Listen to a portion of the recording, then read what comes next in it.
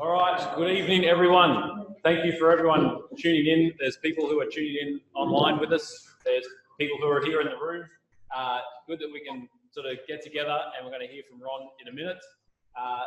As I said before, some of you weren't here. There is tea and coffee, so if you just want to duck out the back door and go to the servery on the outside, if you want to get tea, coffee, or a bit of soup, that's available. Sorry if you're online, you miss out. But that's good. We can be here and sort of hear from Ron and engage with an issue which is quite significant. So how do we line up Genesis and what it tells us about how the world came into being, and how do we understand science and what it's telling us about how the world came into being? It is true to recognise that Christians go in different places on that in terms of how to put the two together.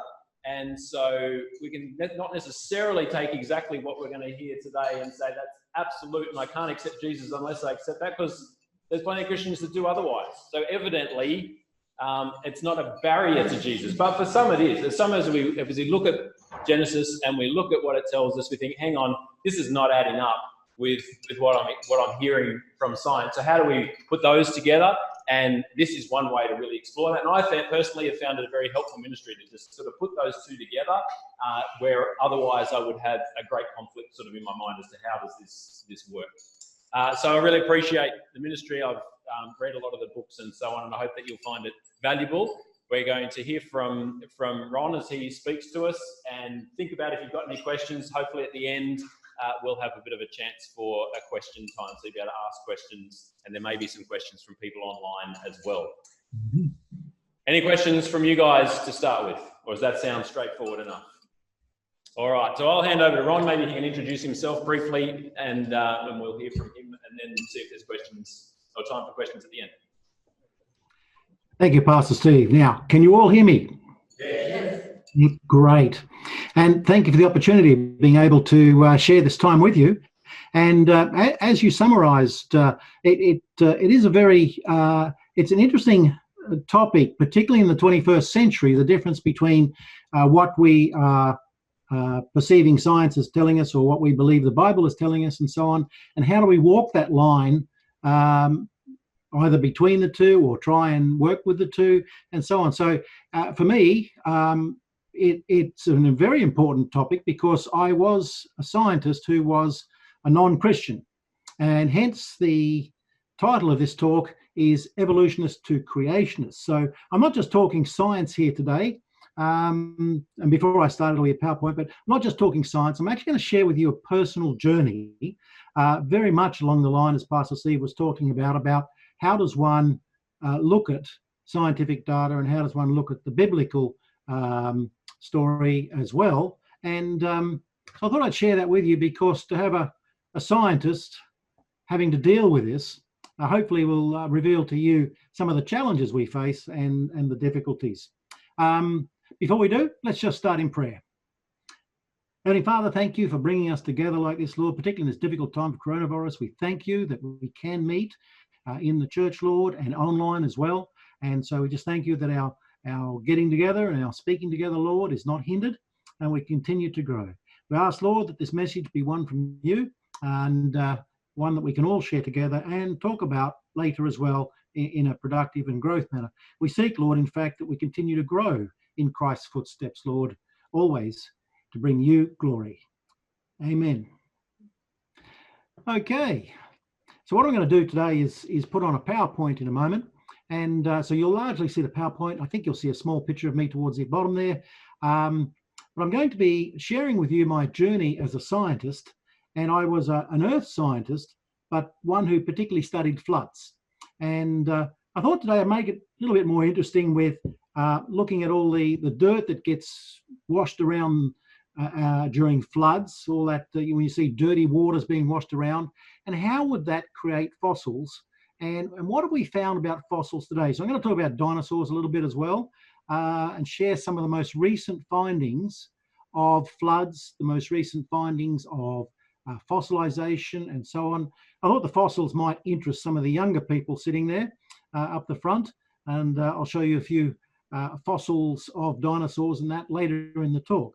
So but in that journey, it's the journey that I went through in becoming a Christian, and I only did so about 11 years ago. So I'll share that with you. But first, what I'll do is go on to the share screen, do the talk, and then I'm very, very happy to have a Q&A session afterwards. So let me just bring the share screen up and into here. Share. Okay, so you now should have before you the title page, From Evolutionist to Creationist, and a few of my qualifications there. But before I get into the journey that I went through as well, just a little bit about my background today. I do work for Creation Ministries International as a full-time speaker and a writer, and I do a lot of research as well. And that's quite a busy but exciting time. Now, Creation Ministries, I know you've had Creation Ministries there before, but just to remind you, we see the Lord Jesus Christ honored as creator and savior of the world. That's our vision. That's what we like to share. And so who are we? We're a group of scientists worldwide. There are hundreds of us who are scientists. I feel quite honored to be part of that group, actually, because I don't feel I have the qualifications some of those top people have. They have won international awards all around the world, and they love Christ, and they share that. And I thought, yes, I've got a background as an academic, but somehow I feel some of these other people that you've had in your church or have listened to before or you've read a book from, they're absolutely top notch. We're also present around the world, as I said, and we're found in the UK and Canada, English-speaking countries around the world. But we do also work in non-English-speaking countries, but we do it by helping the pastors there to get that message across in their own language, not in English. And so I'm looking forward to next year. If the doorway's open, I'm going to Taiwan to meet 200 to 300 pastors from across Asia, and we'll be training them in how to get the creation message and how to get a deeper understanding of particularly the book of Genesis into the minds of the congregation on how to interpret and understand. So that's what we do. Love doing that, but that's not where I came from. As I said, I was a non-Christian. I grew up quite differently. In fact, I'm a earth scientist, as you see there, out on a beach. It's actually on Fraser Island, which is spectacular, and doing a bit of surveying work there, looking at some of that coffee rock that's on the beach. And but what was my journey? Well, I was raised in a non-Christian home. In fact, it was more than non-Christian. It was what you would call quite a damaged home.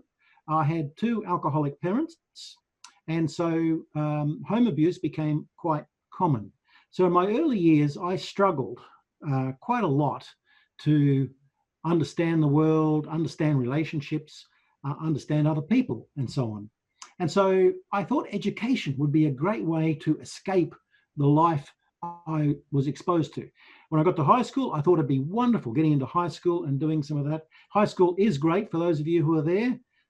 Back when I went to high school, there was another problem, and it's as much in public schools as it is in Christian schools. I won't mention it, but I became targeted in a secular school. And so by the time I was 18, I was the most, let's call myself a dysfunctional young male. I didn't know anything about how to communicate or what a relationship was. In fact, I don't need to share too much, but I remember at the age of, I think it was 16, I was at a friend's place and his father came in and kissed his mother. I was shocked. I had never seen that in my life, in my entire family, because it was a highly dysfunctional family. So what did I seek? I sought to grow up and be a different person by myself, do it my own way. So I went to university. Did I pass the first few courses? Of course not. I didn't know how to study properly and all that sort of stuff, but I really, really studied hard. And I got through my first degree and got honours as well. And I thought I'd do a master's, but they insisted I go on to do a PhD because I was so driven. What was I driven by? I wanted to be somebody different. I wanted to be a scientist or something like that and build my own life. And I did. I got my PhD and I thought, I'm just making sure that's all coming up on the screen. I think I might have touched the screen there. You put your hand up if it's all coming up on the screen. Yep, good. Thank you. Just want to make sure, because with these Zooms, you've got to be very careful. What did I do? Well, as soon as I got my higher qualifications, I left Australia. Isn't that interesting? I was not supported, not helped in those years, way back in the 50s and 60s. And so I thought, I'm going to leave this country and run away from all the people here. I went to live in China for 10 years. Isn't that interesting? Working at Zhongman. It's a Cantonese university. And I loved it there. I worked in Finland for a couple of years, and I loved it there especially because the men there are very stoic men, and they didn't speak much. So to me, coming out of university, still largely dysfunctional with communication and understanding what a relationship was, I enjoyed being with Finnish men and speaking very little. It was quite a funny experience living in Finland, where men very stoic, and my name was Ron. That's my name, as they use that guttural language. It was just brilliant. And I worked in Libya for the Gaddafi government. I worked in Peru. I studied the Amazon in the Pacific Islands, USA, many other countries. What was I doing? I was studying floods. That was my prime area. I wanted to know how floods carved the landscape and how much dirt was moved around in a flood. And I worked with biologists, so I also became quite interested in fossils as well. And so the reason I was in Peru, I was studying the floods in the Amazon. Now, just before I get into the details of this talk, just to share with you some of the fun experiences I had as I traveled the world for years. And in the Amazon, I went for a swim in the Ucayali and the Amazon. I love swimming there. And some of you are going to look at me going, well, that's rather strange, isn't it? Because they have piranhas in the Amazon. Well, they do.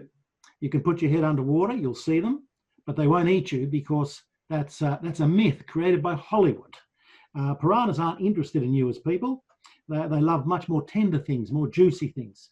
So they didn't eat us. In fact, you'll be stunned to know that on these rivers, they have surf life-saving flags on the point bars, and people swim in these rivers. So I swam with piranhas, and they didn't eat me, but I ate them. Oh, was it beautiful? Piranhas tasted lovely with a Peruvian sauce. But as I traveled the world, did I have fun? Yes. Was I shot at? Yes. Arrested by foreign governments? Yes. Was I washed away in floods? Yes. Was I rescued by SES services around the world? Yes. I loved it because I was rebuilding myself, creating myself, learning different languages, and trying to redefine who I was and trying to give myself some sort of some sort of status of some sort. So I was trying to create life myself, not with our Lord, but doing it my own way. Now, during that period, I studied a lot about dirt and floods and fossils. So I thought now what I'd do is just share with you in a simple way, not scientific, but I hope some of these observations I make for you, because I did travel the world. I studied floods everywhere around the world, whether it was the Arctic or the Amazon, whether it's the deserts or the temperate. I studied floods and sediment movement and so on. So the first question I'm going to ask is, how are fossils formed? Because a lot of people think they understand how fossils are formed, but it's a little bit more complex. And I'm not going to go into detail. As I said, I'm going to keep it quite simple with some interesting slides, I hope. So for the young people, you should like this one. How are fossils formed? Well, the question is answered by sediment. Sediment that is washed down in a flood. Now, what is sediment? That's the hardest scientific word I'm going to use today. It's simply the dirt that's washed off your backyards, in your streets. It's washed down the stream during a flood. That's what makes the floodwaters look brown. So how are fossils formed? It's because sediment buries fish or animals. So give you an example. There's a happy little fish swimming in clean water. How would that fish become a fossil? Simply, a flood would come and bring sediment or dirt with it. You can see here that fish is not looking happy at all, not at all. And then what happens with all that sediment coming down? It's buried, it's killed, it's buried, and it's buried deep. And of course, with time, it will become a fossil. Now it's happy because it'll get a new name. If I found it, I'd call it Rhonicus nellicoritis or something. And I would begin to ponder about its existence and try to explain what sort of lifestyle it lived and what it ate and all the rest of it. Now that's everybody agrees that's how fossils are formed. Now, I haven't gone into detail, but you need two things. You need more, but the most important two things for fossils to be created is, first of all, you need rapid burial. It's got to be buried fast. If it's a fish or an animal, it has to be buried fast. Therefore, you need flood waters.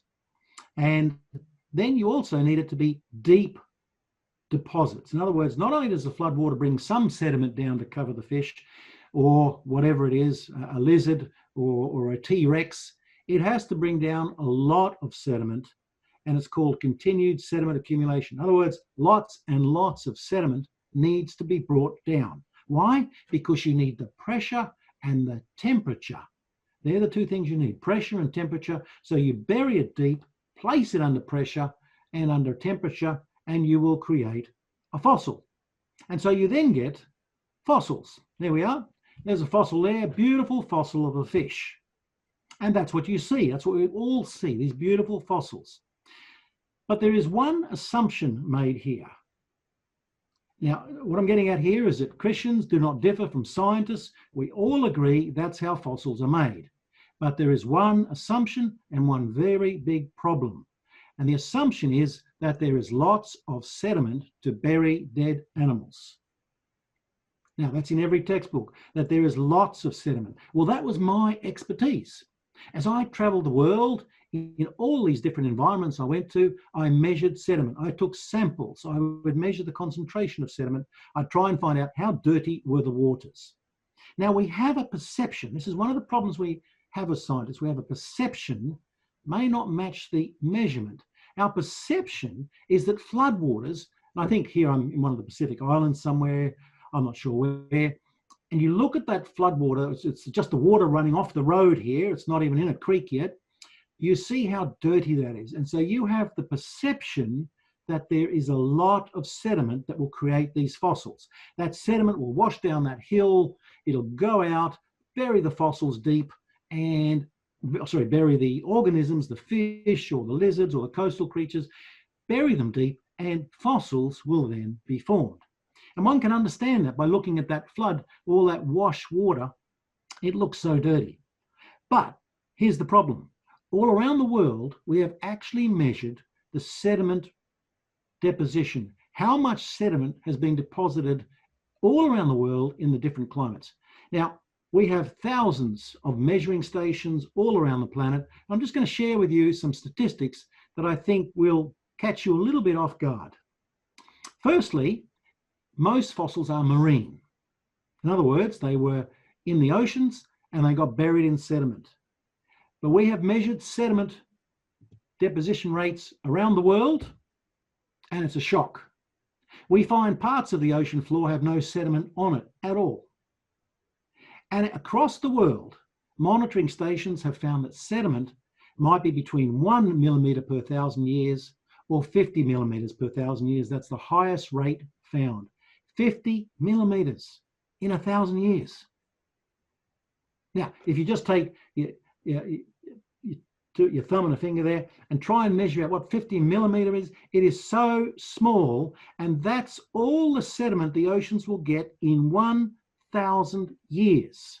No matter where we've measured it, that's the maximum we get. So here's the question.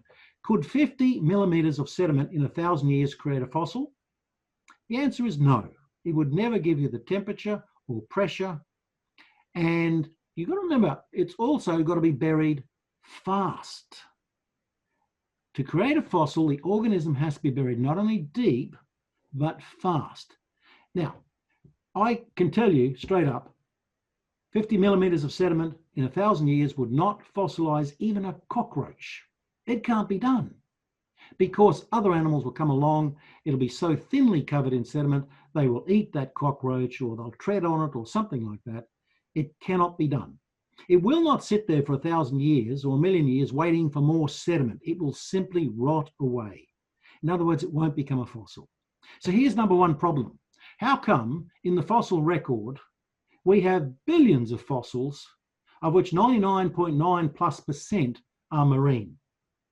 How is it possible for marine fish, as you saw in that previous picture, to become a fossil? Well, as I started to share this with my biological friends studying biology in the Amazon or the Arctic, they all said to me, oh, maybe you've got to come closer to shore, Ron.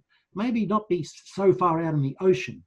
So that's good. Let's have a look at mangroves, where we think there's a lot of sediment. Here we are in Hervey Bay, and you look at that sediment there, and it's soft, and you think, wow, must be a lot of dirt coming down. But around the world, studies all around the world show that the rate of sedimentation in those environments is only 3.6 millimeters per year. Wow. In other words, in the best mangroves on the planet, 3.6 millimeters. Again, we cannot fossilize a cockroach or even something smaller at that rate per year. And that's from hundreds of studies around the world. Then, of course, they said, well Ron, maybe you need to look at the rivers. That's where the sediment is. And I said, yes, that's where the sediment is.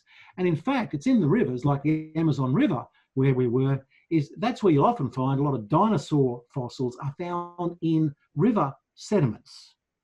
And so people said, maybe that's your problem, Ron. You need to study river sediments more. Well, I became a world expert on river sediments. I have hundreds, if not thousands, of papers on that and the amount of sediment that is deposited, and the figures stun you. For example, in New Zealand, in that climate, with all its good rainfall and landslides and everything, the best you're going to get in floods washing sediment down is 0.18 centimetre per year. Wow, that cannot create a fossil. In England, wow, half a centimetre. Fiji, of course, a lot more wet conditions, 3.2 centimetres in a year. Would that create a fossil? The answer is still no. And so on. I've just given you a few figures there around the world. So if you imagine in the USA, the maximum deposition you'll get over a large area would be 4 centimetres. Again, that's not enough to create a fossil. It's not enough pressure, it's not enough temperature, and it's not even large enough. Now, one of the largest events was found in New South Wales, would you believe? It was actually found just south of you. It was found by myself quite a few years ago when I studied a flood in the Macquarie Rivulet. That flood, by the way, would only occur maybe every 500 to 1,000 years.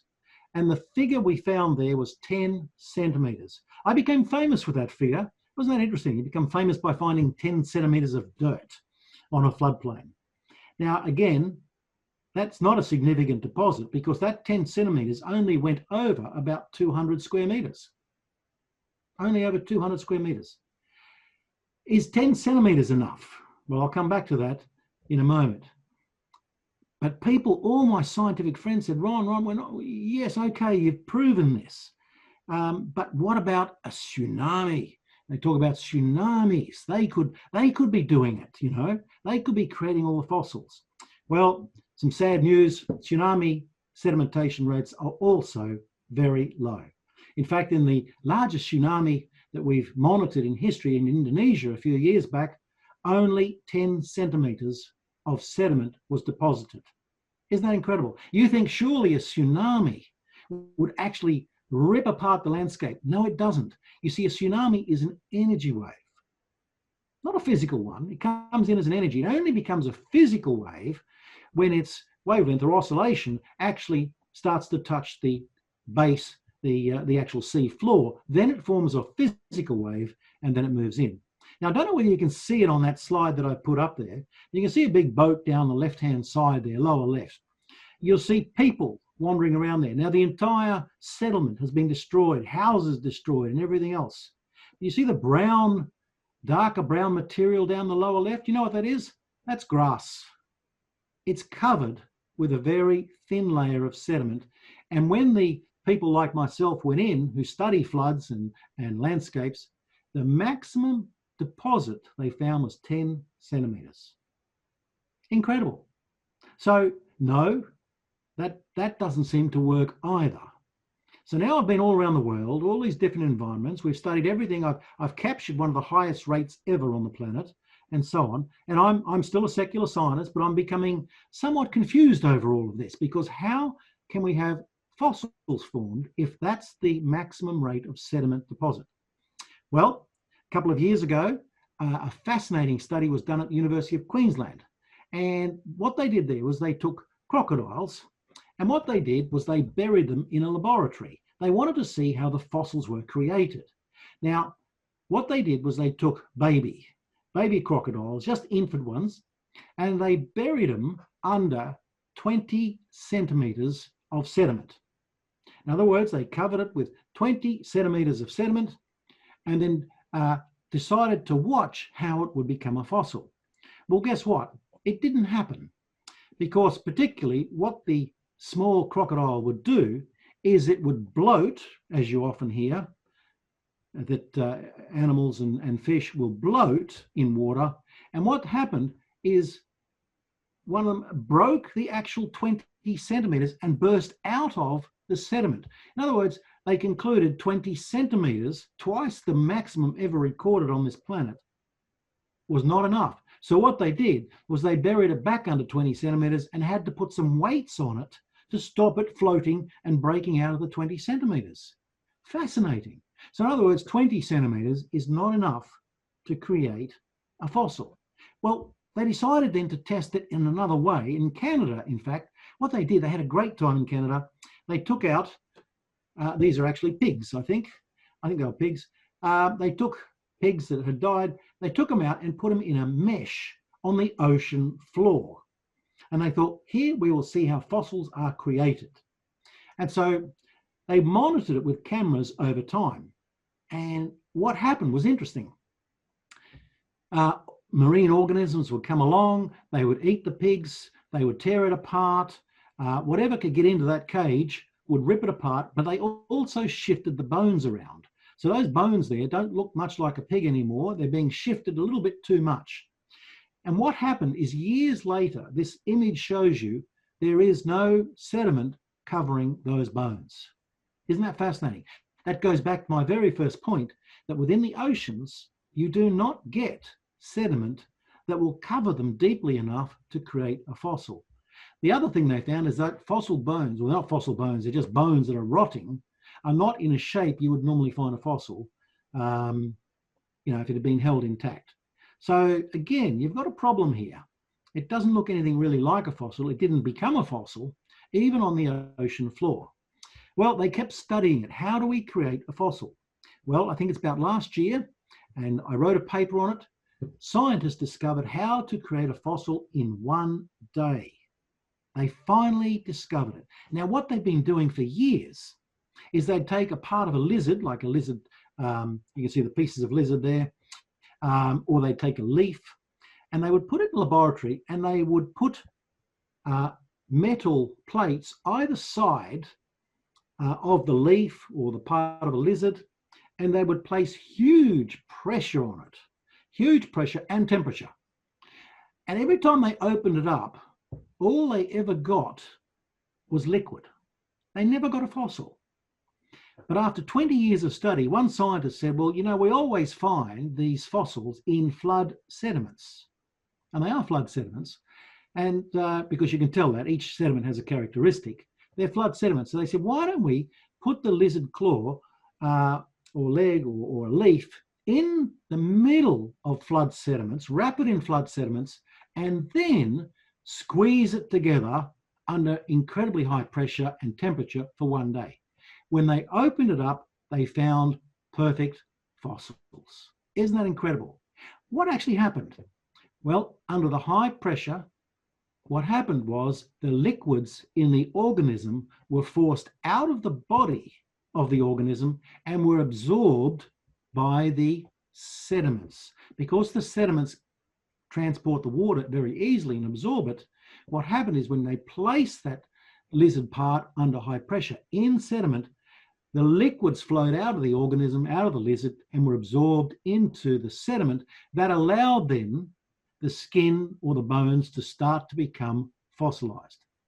In other words, it confirms again that you need deep sediments, very deep sediments, but they've also got to be buried very fast, because if they're not buried fast, the liquid in the body, and if you pretend you're a fossil or you're buried, the liquid in you, if you're buried, will simply rot your entire body unless it's forced out of you under great pressure.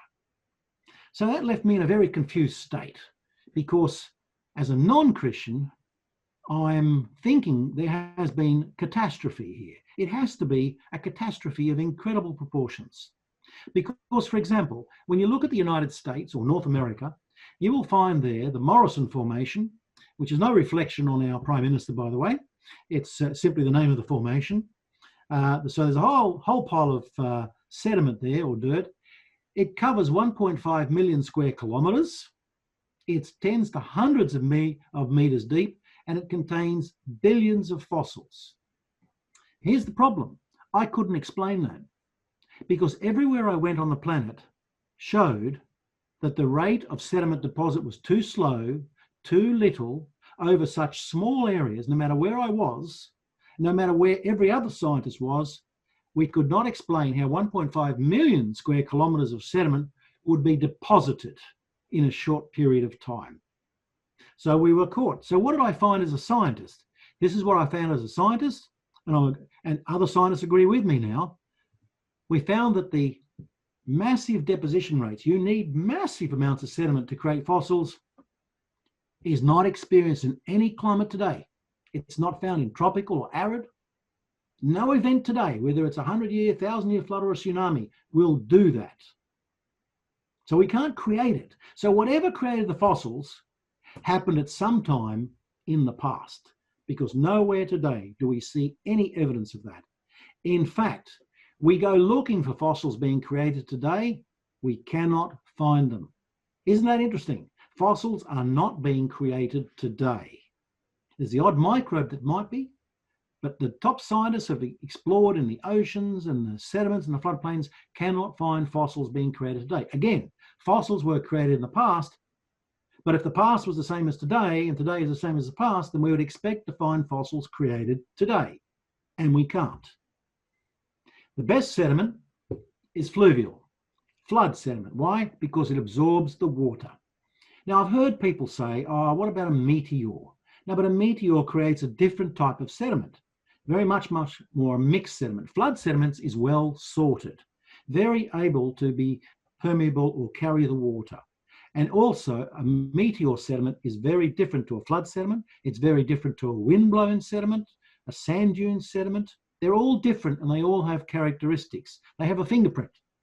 And whenever you look at fossils, you will find virtually 100% are buried in flood sediments, not landslide sediments, not meteor sediments, not sand dune sediments, flood sediments. And they're the best ones to create it because they absorb the water. You'll also find, when you look around the world, that burial must be rapid. We've proven that in the laboratory by burying it in sediment under high pressure, and it must be deep. In other words, high temperature, high pressure. And the other thing that's quite confusing, this might seem not confusing to you, but it is to a scientist, and that is that fossils are found all over the planet. But if these conditions are so rare, so unusual, to get so much dirt, sediment, from whatever the event occurred in the past, for fossils to be global, you've almost got to say, well, there must have been a global event. Now, did I go to churches every now and then? I did. I'm going to be honest, I was not a Christian, but I went to churches. Why? Because I was working with Christians and I felt it best to go to church. So the seed was being planted in me as I went to churches in Finland or China in those days, and they would tell me about Genesis and about the flood. And I kept thinking, well, the book of Genesis, the story of the flood there seems more scientifically accurate than everything I've read in all of the scientific textbooks, because it talks of one event of massive global distribution that would create masses of sediment, would bury them incredibly deep, and would do so in a rapid period of time, seemed to explain the fossils. And so in the Bible, I was confused then, because in the Bible, it said things like, on that day, all the fountains of the great deep were broken up and the windows of heaven were opened. In other words, catastrophic, which we believe was needed to create fossils. And secondly, was it a big flood? Oh, yes, it was a big flood. Genesis 8:1-3 says, and God made a wind to pass over the earth, and the waters subsided, and the waters receded continually from the earth. It was the end of 150 days, the water decreased. at the end of the 150 days, the water decreased. Look, I've studied 100-year, 1,000-year floods around the world. They do not last for 150 days. They last for hours or days at the most. So this Bible, as I was looking at it in churches I went to simply to, get on in with my colleagues, taught me more than my science. Fascinatingly today, I was calling it catastrophism. Fascinatingly today, all universities teach that catastrophes did happen in the past. Why? Because the science now points to catastrophe. Interesting thing, though, you're not allowed to teach, is that there is one catastrophe. You now must say there are many catastrophes. So each thing you find must have a different catastrophe. Because if we say there's one catastrophe, you know what we've just said?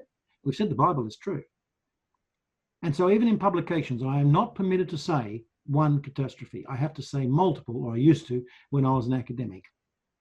So I came back to Australia after all of these years. I'd gone through the ranks. I was a professor. I worked for the OECD. I set up research institutes and research stations, and I was top of the game. And finally, I felt like I could come back home again, and I did. Here I come back home, and I'm setting up a research station on Fraser Island. There I am standing with the future Premier of Queensland, who's saying, "Good job, Ron, good job." And I thought, this is strange. How it just seems all wrong to me. The Bible seems correct. Now I'm approaching, I think, 54 years of age, and I'm getting okay. So I started to say, maybe there is a God. I'll share with you a personal moment. I thought, maybe there is a God. And I started to express that in the university. I came back to Queensland, got a top position, and I was director of a research centre and all the rest. And I was advisor to the federal government on World Heritage Management. I was advisor to the state government on World Heritage Management. And I started to say, maybe a God does exist, because this Bible seems to give us more about the past than our scientific studies. Well, was I challenged for saying that? Absolutely, I was challenged for saying that. One person in particular, a young lady, was really challenging me. She held a position in the university as a researcher and looking after research stations and so on. And so she began to challenge me. And I thought, okay. She'd say, this can't be true. And the interesting part about that discussion was she thought I was a Christian because I said maybe God exists or God does exist, but I hadn't given my life to him. Well, she asked me a lot of questions. I couldn't answer them. So in the end, I just said, go and read the book and the Bible. Here's a fascinating thing. She was more of an atheist. Now, will atheists read the Bible? Oh, yes, they will. Do you think Steve Dawkins hasn't read the Bible? He's read the Bible many times. Why? To prepare for an argument against us. Well, this lady went and did that. She read the parts of the Bible. She came back with more difficult questions that I couldn't handle. I didn't know what to do. I wasn't a Christian. One day she said to me, take me to your church. Well, I was back in Australia now, and I didn't go to a church at that stage. I didn't need to anymore. And I put that off and off, but eventually I thought, this is just going to be difficult. I better take her to a church. And so one day I decided, okay, we'll go to a church. And we went to this church, and surprisingly, compared to the European churches or whatever I'd been to, this one had a musical band in it, not an organ. It was in a big building, not a church. So it didn't look like a church, but we went in. The message was powerful. Neither of us have any recollection of it.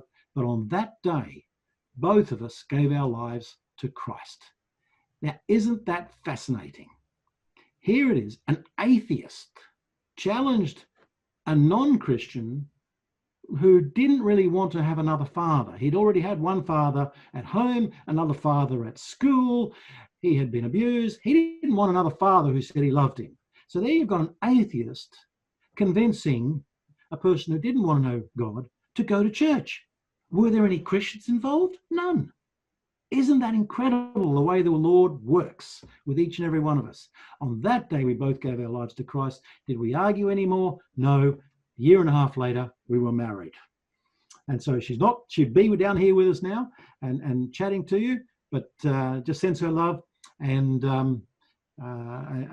we both became Christians, and we both moved on. We both left the university and had to go through a transformation with the Lord's help. And eventually, after many years of working in a Koorong bookstore and for a conference centre, Christian conference centre and all the rest, I eventually met up with this CMI group, and found myself connected there, and hence now I speak. And so I became a Christian 11 years ago with the help of an atheist, not with the help of a Christian. I find that fascinating, which really challenges me, but I think challenges all of us then, that scientists can be brought to Christ. They can be. We just have to be bold enough and brave enough to actually say something to them, not be scared of them. Now, do most scientists agree with me with my findings, scientific findings? Yes, they do.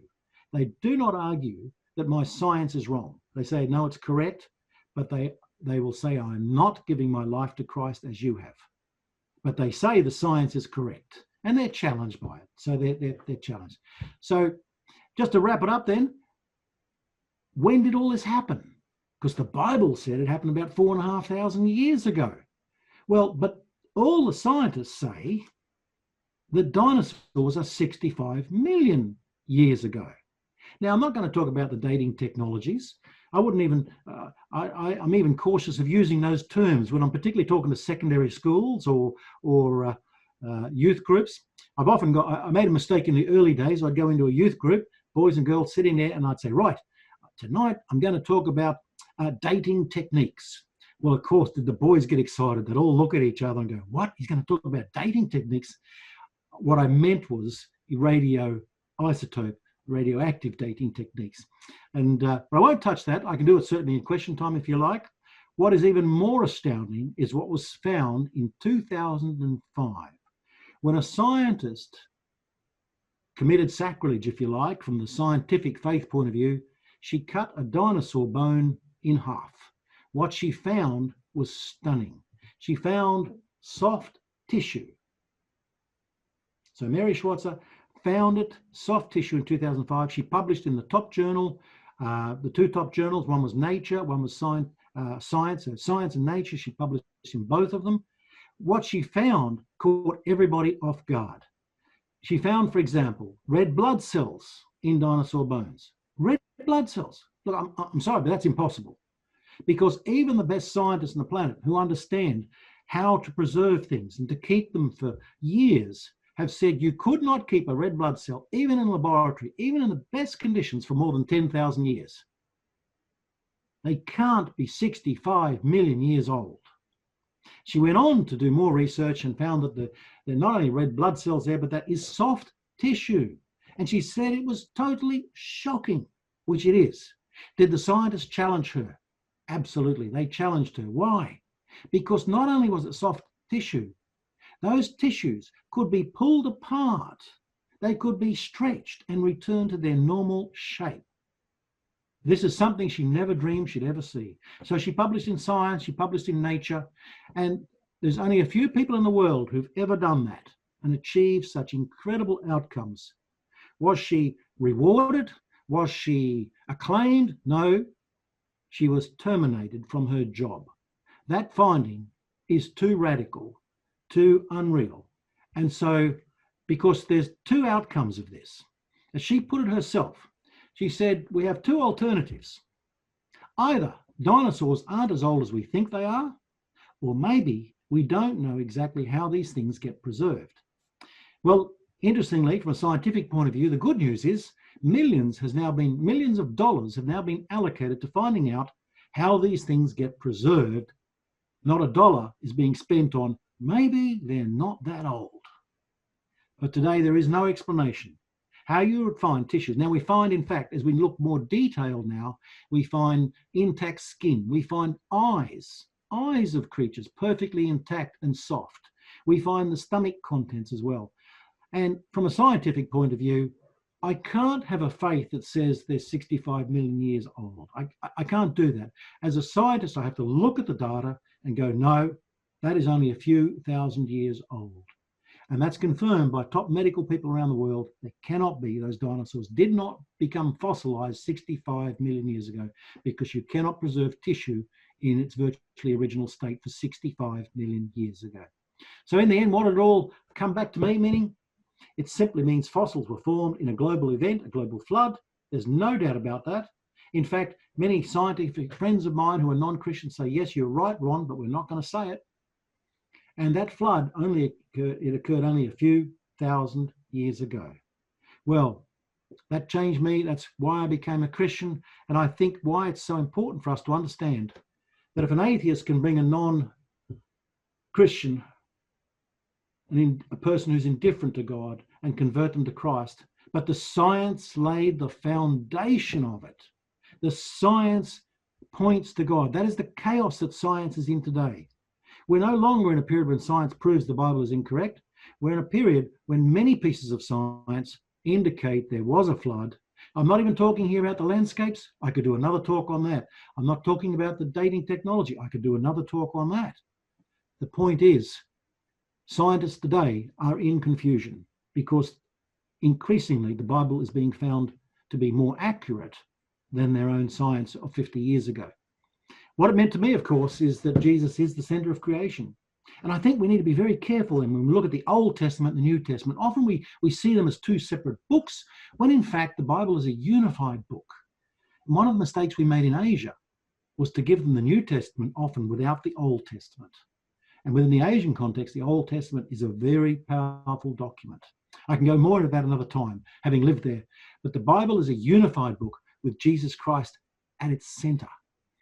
Why? Why is it a unified book? Because the Old Testament books are a witness to Jesus Christ, and the New Testament books are the eyewitness of his majesty. It is one incredible book, the Bible. So yes, we often deal with the New Testament, tend to push the Old Testament aside. I think we need to make sure that we constantly look at the Old Testament as much as the New Testament, because the Old Testament in the book of Genesis lays the foundation for much of the theology that Christ himself relied upon as the apostles. Christ himself said, for surely, till heaven and earth pass away, nothing will change. Not one abbreviation, not one word, nothing will pass away until all is fulfilled. So I felt, if I challenge parts of the Old Testament, am I challenging just the writer, or am I challenging Jesus, who says it's correct? And I'm also concerned when I think about this myself, and I've been reading a lot and truly trying to study all this as myself, because I'm a young Christian. Many of you are probably much older as Christians. So I'm on a growth journey. And Jesus declares, our Father hit me pretty hard, for I have not spoken on my own authority, but the Father who sent me gave me command that I should say what I should say and what I should speak. So I feel quite concerned if I start to speak, as I did in the earliest days. I was a bit worried about this. Do I still stick to the science interpretation, or do I look at the Bible interpretation? Jesus said I must look at the Bible. He actually refers to the flood himself and connects the flood and what happened to his own return.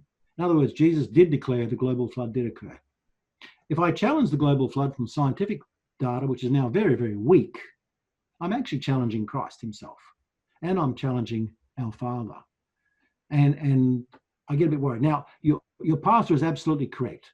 Does this affect your salvation? No, it doesn't. It's our faith in Christ. That is the key. Do we give our lives to Christ? Do we believe in him? Do we believe he's risen? And by placing our faith, absolutely. My concern is more that if we ignore parts of the Old Testament and ignore specific parts, are we then sort of not able to sort of fully see parts of the New Testament, or fully see the authority of Christ and the depth of Christ? Because our life is not about just giving our life to Christ, it's about following in his footsteps to become, in a sense, we are discipled in Christ as well. And that's why, don't even read that for the moment, that's why this hit me at one particular moment. And that was only 4 years ago when I was rushed to hospital. No indication whatsoever. I'm actually going to go back because you may want to read that. I just want to share something with you. I was rushed to hospital. My family was pulled aside and told he has 2 weeks to live. Brain tumor, left hemisphere is moved 7 millimeters into the right. There's very little we can do. Well, I went through a 2-week period of trying to shrink the brain because it was oversized. A few days before I went in, the Lord had some speaking to me. I'm not going into it because much of that is private, but he did ask me one question. Who do you serve? Do you serve yourself or do you serve Christ? Now, it might sound blunt, but look at the Bible. The Lord does not hold back from us what we need to hear. And I admit, I sobbed and sobbed, and my wife was there. And I just said, she couldn't hear this, but I just went, I will serve Christ. Because I was still an academic in one sense, still filled with a bit of pride, a bit of arrogance about all I achieved in life. At that point, it all changed. What happened in the hospital is now classified as a miracle. I should not have lived. In fact, it's classified so incredible. There is now a PhD being done at the University of Queensland, including me and my recovery. They said it's basically impossible. Well, we know it's possible because the Lord has his way with each and every one of us. And I was told very simply, and I'm not going into the details, but that I had to start serving him, not myself. And as I lay in hospital, I wanted one book only. And in that book, I didn't know why I wanted that book, was this statement here, that Jesus is the center of creation. As it says there in Colossians 1:15-17, hit me like a brick as I lay in hospital. He is the image of the invisible God, the firstborn over all creation. For by him all things were created that are in heaven and that are on earth, visible and invisible, whether they be thrones or dominions or rulers or authorities. All things were created through him and for him, and he is before all things, and in him all things hold together. Now, I'm sorry, I'm an academic. I had to underline, italicize, and bold the word before the word him. Why? Because I found that's a much simpler way. That was the message being given to me. Is Jesus the center of creation? Yes, because it was by him, through him, for him, and in him. And that was a powerful message to me. And what happened then? 4 years ago, my life changed dramatically. That's when I joined CMI, and I'm doing other things as well, which I won't talk about here. But it was just an incredible experience. And I find it odd these days that I'm being studied by academics when I used to study everything else. A bit unusual. I'm not too sure how I feel about that, being a subject of study. But what happened was an absolute miracle. By the way, my optic nerve was cut, but I see with both eyes. It's incredible. The gift of the Lord is just amazing. Anyhow, that's where I'm going to wrap it up. But I'm going to say, look, there's much more I could talk on the flood, on fossils and everything else. Where do you get it from? Go to our website, guys. You all know that. It's creation.com. It is so simple to go to. It's got 12,000 articles written for you. 12,000, and they're free. Just go to our search engine there in the top right-hand corner, the white box, and do not type in the word flood. You'll get 2,000 articles. Type in something like flood and fossils, or flood when, or flood how, those sorts of questions. And on that front page, by the way, when you go there, there's our magazine. I won't say much about that. It is spectacular. It's the oldest running creation magazine in history, 40 years. It is absolutely amazing. It's sold virtually all around the world. It's translated into many other languages.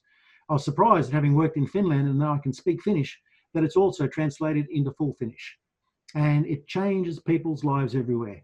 We encourage you to buy that because it's so balanced. It's got children's sections, theological sections. It interviews top people who are Christians around the world. It's great reading. It's community reading. It's not science. Yes, it'll have something on biology, a new species found. It's brilliant. The point is, it's written for the community. And why do we encourage people to buy it? One, read it yourself. Two, give it away. Take it into your doctor's surgery next time you're in there and leave it there. I left it in hospitals, doctor's surgeries. Just give it away. It's so easy. People will take it. And many people write to us and say somebody gave them the magazine and that changed their life. So all you do there is go into the subscribe and it'll take you through that. I'm not going to go through that. Even more importantly, perhaps, is the info bites that we issue every 2 weeks or so. And that gives the latest information happening in society today, whether it's coronavirus or whatever. We're going to give you some biblical and scientific insight that you won't get through the media. Why is that important? Because when you talk to somebody and they say, oh, this is what the media said, you can go, oh, well, actually, I've read a scientist article. They're only about a page long. That's all they are. And it says this. And then somebody goes, where did you get that scientist from? Oh, well, and then you show them the info bite. It's Christian. Opens a doorway for you. So if you go onto that, it's also on that front page as well. What you'll find there is info bites. The only odd piece of information we give you is the ask for you as your postcode, because we tailor it to your region and tell you what's happening in your region with speakers. Also, when you go on the website, particularly today, for the next 24 hours, if you look at that code there, coupon code RN1101. Now, think of that as back the other way. It is simply the 1st of November and Ron Neller is speaking. So it's RN1101. You're going to get a 20% discount on anything you buy until midnight tonight. Tomorrow night. Till midnight tomorrow night. Not the magazine, of course, and not the discounted items, but only 3 things I'd mention to you are: 1, the answers book, 60 questions answered that you will be asked as a Christian. We've already done the research. We know what questions you get asked when somebody says, "Are you a Christian?" And they'll ask you a question like, "So who did Cain marry if you're a Christian?" You waiting for me to give you the answer? You're not getting it. Go to that book. It's written for, even high school kids will understand that book. It's a family book. There is a 1 to 2 page answer to 60 questions that you will be asked in society. That is a great book to have, to be able to open doorways. If you want it cheaper and with some extra stuff, Refuting Evolution is a great book for those people who are highly educated and trained with university degrees. Man, that is an incredible book of science and challenging. So when people go, "Oh, what's the science?" you can give them that book and say, "Look, just take the book away and read it, mate. Just read it." And you get a free DVD at the same time. And the last piece, if you are interested yourself in understanding Genesis deeper, we've recently released a 12-part teaching series, 12 DVDs with a study guide, and that's available as well as a 20% discount. Putting those aside, we've got Christmas coming up. We have an incredible array of children's books, youth books, other books that you give to families, particularly gift books. Some of the gift books are spectacular. We don't make any money off them, by the way. I'm on the committees, I know all this. We make them to be the best quality for you, and we charge the price that'll recover our costs. That's all it is. We don't make money from these sales.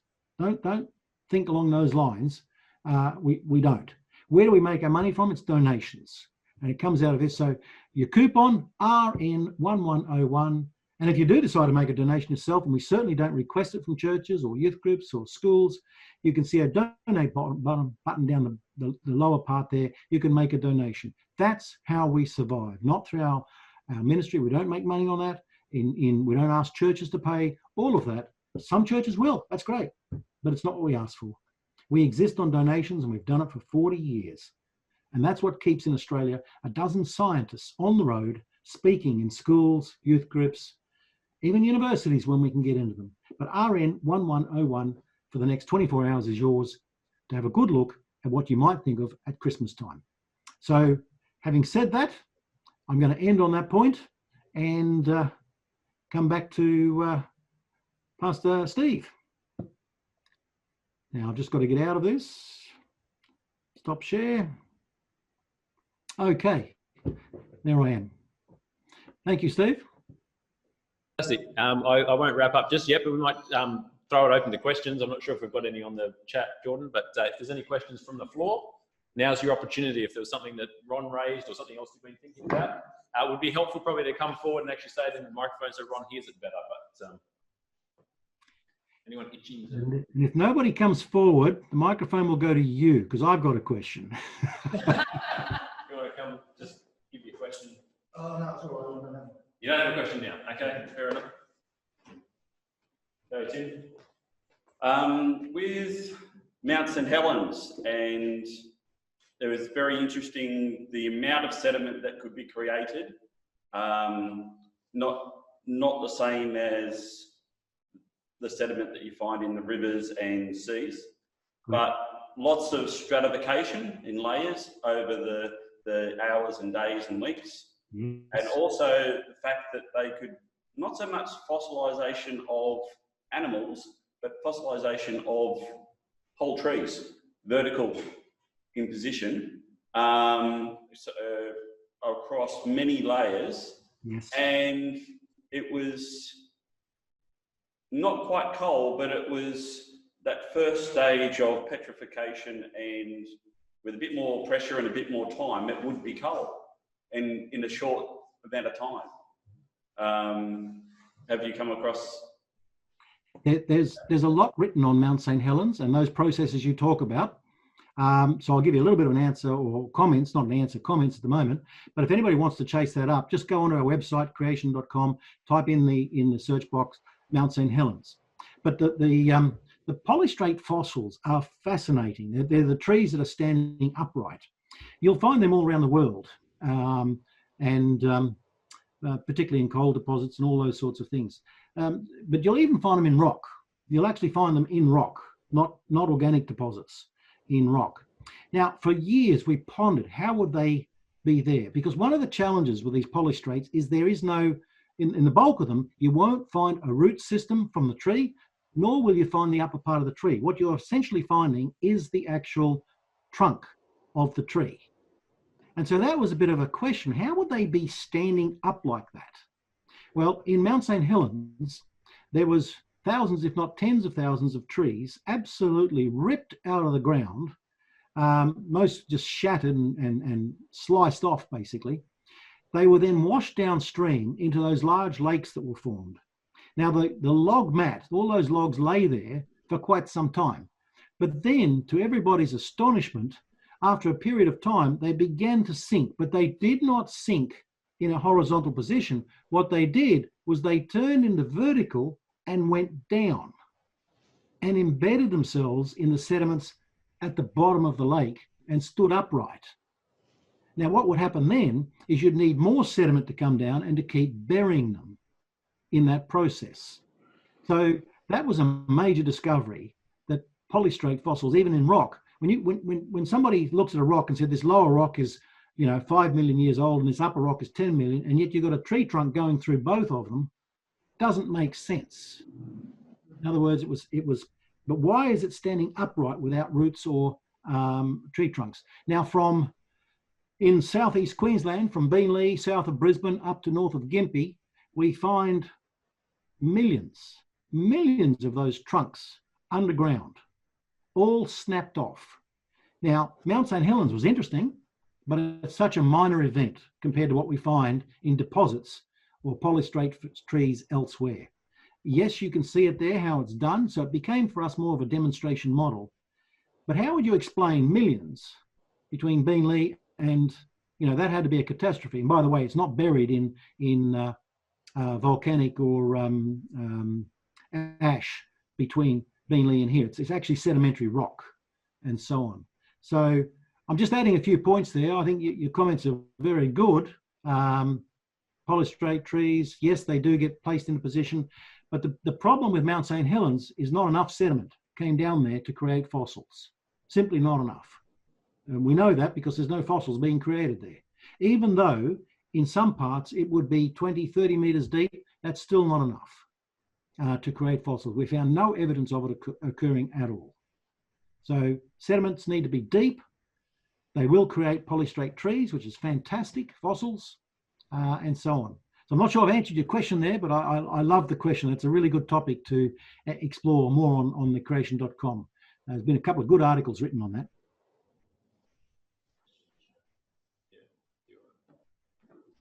Apparently there's a question on the chat, but I don't know if you can see that on. What is being taught in schools relating to this? And we have a question, have there been found any human fossils from the flood? From the first question, have there been found any human fossils? We would have to say at this stage, nothing that's confirmed, no. People then go, why not? Well, you have to look at the fossil record from the bottom upwards is a sequence, a general sequence, and you're moving essentially from marine to coastal. Then as you move up the sequence, you're going into animals and so on. That is exactly the same death pattern, not fossil, death pattern you'll see from a major flood today, is that the same pattern will emerge. Now, where am I going with that? I have to rethink that one myself, actually, and go back to where I'm at with that. Humans, well, why is it that rate of, why are those animals buried in those sequences? Now, they're rough sequences, they're not perfect, but they're rough. Why? Because they're the sequence of, can the animal get away from the flood? What can't get away? Marine. So they're first to go. When is the sediment coming the most? In the beginning. Hence, they're going to be the ones that are most fossilized. What's going to be buried next? Coastal animals and that can't move very fast. Then you're going to find creatures on land that also can't move fast. Where did the dinosaurs live? They lived essentially on the coast in swamps. They were slow movers by the bulk of them. You find very few horses, if that, and they're early horses, younger ones that couldn't run away. The simple sequence here, as I'm saying, is look, every flood I've studied, any creature that can get away, gets away. And when does the sediment come? This might sound a bit strange. I'm getting a bit technical now. It comes on the rising stage. The very first moments is when sediment comes, not during the peak of the flood. That's not when the sediment's there. It's in the earliest stages of a flood because the sediment is ready to be moved. So that's why those that cannot escape a flood in the early stages become fossils. That's what happens today as well. So why aren't humans? Well, who says we can't find them? We may do it one day, but I would have said humans and advanced animals simply had the mobility to move away, to run as fast as they could, to grab hold of wood and do all those sorts of things. By the time humans died, I would say much of the sediment has been deposited, and hence you're not going to see much. Same with the other animals that are, let's say, larger mammals. You'll see smaller mammals that couldn't move have been fossilized, but the scientists want to say that they're the small animals that evolved into bigger ones. Whereas you could equally argue in a modern flood today, they're the small animals that couldn't get away from the floods, but the big ones did get away from the floods. Two different stories there. So have we found human floods? Not that have been confirmed. CMI would love to confirm one. We can't say that at the moment. And what is being taught in schools relating to this at the moment? Well, in secular schools, none of this, of course, is being taught. In Christian schools, it depends on the school itself, whether there is being taught. We do get into schools. We love it. We would come along. I will do a fantastic mimicking dinosaur talk, talking about T-Rex and Apatosaur and all those, and the students love it. But we're basically only permitted into Christian schools, and only Christian schools that are willing to explore these sorts of things. So, and unfortunately, governments are insisting that evolution, particularly in the state of Queensland now, evolution must now be taught as factual, not as optional. So whether we want to put Christian views in, that's fine, but we must teach that evolution is the truth. That's now the legal state in Queensland. We must teach it as the truth. So I hope I've addressed those two there, but any more from the floor, please, or elaborations upon that? Very happy to talk more. I've got a question. Go for it, John. G'day. My question would be, you said about 4,500 years ago was the flood? 6.5. 6.5 was it? You said it died anyway. It's about. You are. Oh, sorry. Yeah, 6.5.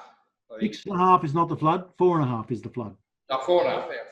Anyway, my question is that how do we as Christians argue that point against dating or the other type of dating? Is that something we've come from the Bible, or is it something else? Well, the date itself comes from the Bible because we had was an archbishop, I'm not too sure when he was around, 16th, 17th century, looked at the chronology of the Bible and came up with a figure about BC. It would have been about 2,300 or something, not exactly sure. Hebrew scholars have studied that ever since, and there's a general consensus that whilst there's a little bit of uncertainty in some elements of the Bible, of does that mean a day or a year, we generally agree that the flood occurred from the Bible's point of view 2,500 years before Christ was born. So therefore we place it at 4,500 years, but we're not too worried exactly what day it was or anything like that. That's our thing. Now when you're talking to non-Christians, they're going to use dating technology, but dating technology, I've used all of it. I've used carbon-14, potassium argon, I've used optically stimulated luminescence, I've done all that.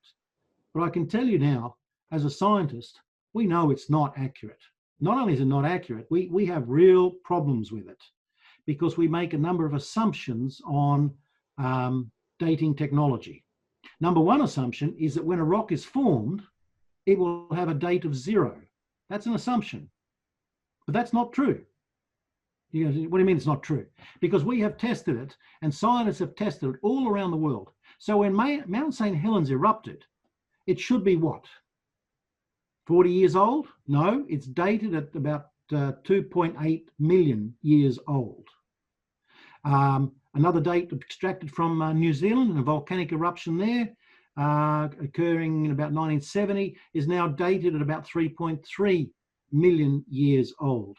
A Hawaiian one, which was sampled at the time at 1800, is now dated at over 3 billion years old. Yet that rock was taken the day basically it was formed. And it came from lava deep down, so it should not have a history. It should be, so in other words, we cannot find a rock today being formed from a volcano or any other form that gives us 0 date. So we make one huge assumption when we say that a rock formed was 0 date. We just can't prove it. No one's ever proven that. So that's a massive belief system we have. Then number 2 is we argue that the decay rate in potassium argon or carbon-14 is constant. Well, modern science has over the last 20 years proven that is not the case. It's not constant, it is variable and will change at times. So we make, again, one huge assumption that that decay rate is constant. And we're finding that the measured deviance now is getting bigger and bigger. So we're making some huge assumptions here. So that today in a textbook, some of the top geologic scientists will say never ever use the date that you receive from radioisotope work or whatever, you know, whether it's feldspar or anything, never use that as factual, only use it to support your argument. And this I'll share with you, and it's terrible for me to say it about myself, but we would send off multiple samples from every layer that we drilled into. So if I was drilling somewhere in an ocean or on a land, and we found some carbon, for example, some charcoal rather, we'd often send up to 10 samples to be dated. Why? Because we'd get 10 different results. Would we publish the 10? Never. You only publish the one that agreed with your paradigm, with your thinking. And in some geologic textbooks, that's exactly what it says. Never use the date as a new idea, only use those dates that confirm your way of thinking. So if you believe in an old Earth, then you will accept those dates as true. Simple as that.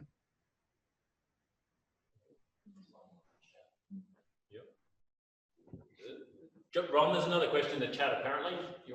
Can you see that? Thanks so much for your explanation of human fossils. Do you mind explaining why dinosaurs lived in swamps? I'm not actually a biologist, I'm afraid, so I'm not sure I can give the best to that. Again, I'm not going to be an academic and pretend I know all those answers, so I'm going to strongly recommend the creation.com website.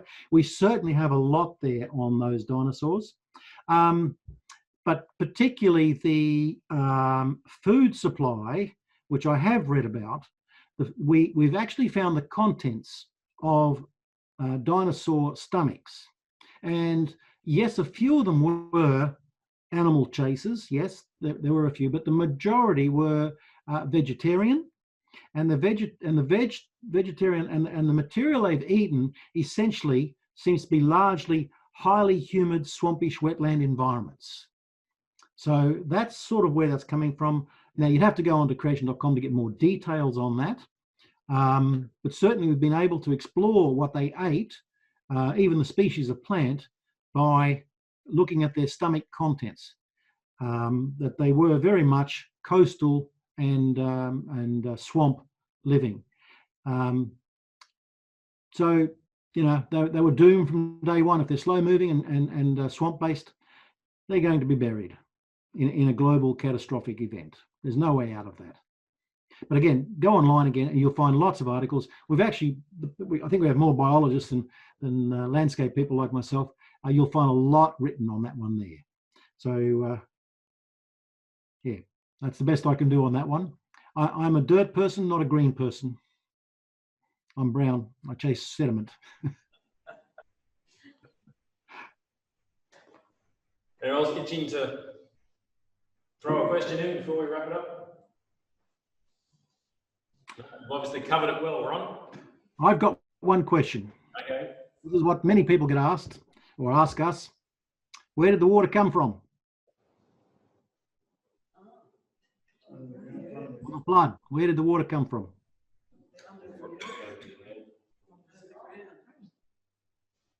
Now, I think I heard in the ground, but I also heard in the air. Is that correct?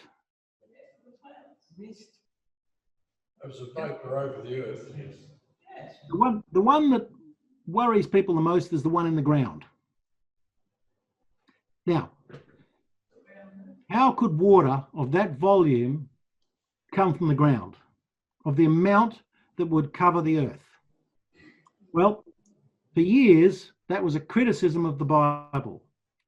But as we developed better technology, as the scientists developed better technology of ground penetrating radar and so on, we were able to go deeper, and what we found stunned us. And while I was in Libya, I was doing a bit of work along these lines.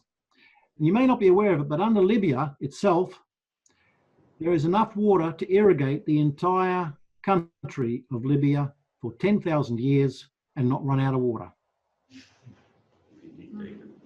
It's not aquifers, it's deeper.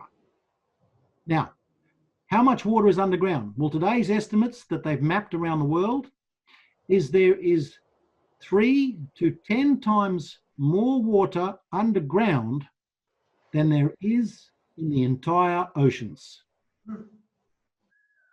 That's science. So that challenge against us that the water could not have come from underground is completely gone. We now know there's more water underground than in the oceans. And the Lord basically used this terminology that he would rip, the mantle apart or the earth apart, and the water would pour out as well as be released from above. So as for the water, we know where it came from. And then some non-Christians will say, well, where did the water go? Well, do you know where the water is? In the ocean. In the oceans. The Lord said, I will raise the land and I will lower the ocean floor. And that's why today the oceans are filled with water, that if you flattened the land, the oceans would cover the land 3 kilometers deep around the entire land. So that's where it is. It's still there. It just, the Lord said, I'll raise the land, which is essentially for us to live on, which is only 30% of the planet, and the rest would be lowered for the waters to go. Again, that's scientifically, now that we've measured GPS, the whole planet and all the rest. Again, those criticisms that I was taught in secular schools when I was young are completely false. And we must not hang on to those challenges. We must be, sort of at least aware that they are not true anymore. And so many of the challenges by science against the Bible have today collapsed. And I think you don't have to be a scientist, and I wouldn't encourage you to be one, but it's good to know that today even non-Christian scientists say, oh, it all points to the Bible, but we're not allowed to say it. So thank you, Pastor Steve. Thank you, Ron, for your time, for being with us, and for sharing your not just your information, your knowledge, but also a bit of your story. It was exciting to hear about how the intriguing ways that God worked through your studies, through your research, the interactions, and then, in your own sort of health life as well. So thanks for being with us. Thanks for those that have checked in with us online and shared with us. And good night to all.